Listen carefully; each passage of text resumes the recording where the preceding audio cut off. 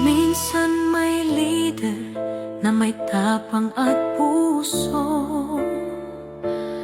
Si Tatay Digong para sa Pilipino. Tinindigan ang tama, nilaban ang mali. Ngunit siya ngayon tila nakapiit sa dilim. Habang ang bansa'y lumulubog sa baha, sa kasinungalingan at pangungurakot ng iba,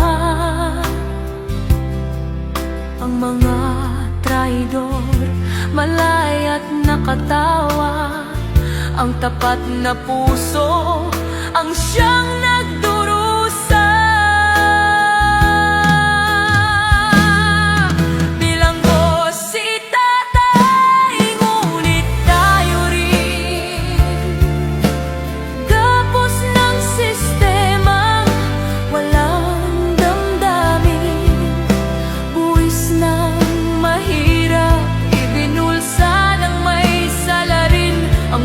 Ng tunay na nakakadena rin. Kahit siya'y ikinulong ng kapwa't batas, ang tapang niya'y apoy na di kailanman magwawakas.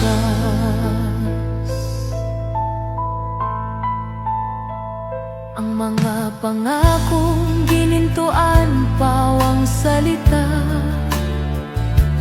ang masa'y ginagawang laruan sa politika. Ngunit sa puso ng mga maralit at tapat, si Digong pa rin ang tanging hinahanap. Sabi nila justisya, pero para kanino? Bakit ang matuwid ang laging ginugupo? Siya ang sakripisyong tupa ng ating lahi upang muling magising ang ating pagkapiit.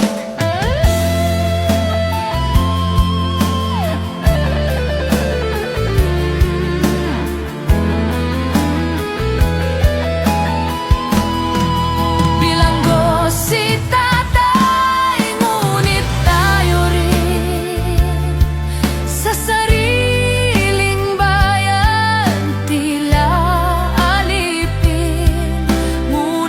bawat pusong di sumusuko.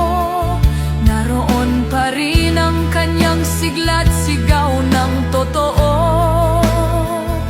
At kahit ginapos ng mga taksil sa dangal, ang pangalan ni Duterte mananatiling mahal. Tatay Digong, habang ikaw ay nakakulong, ang bayan mong iniwan, siyang tunay na bilanggo ngayon.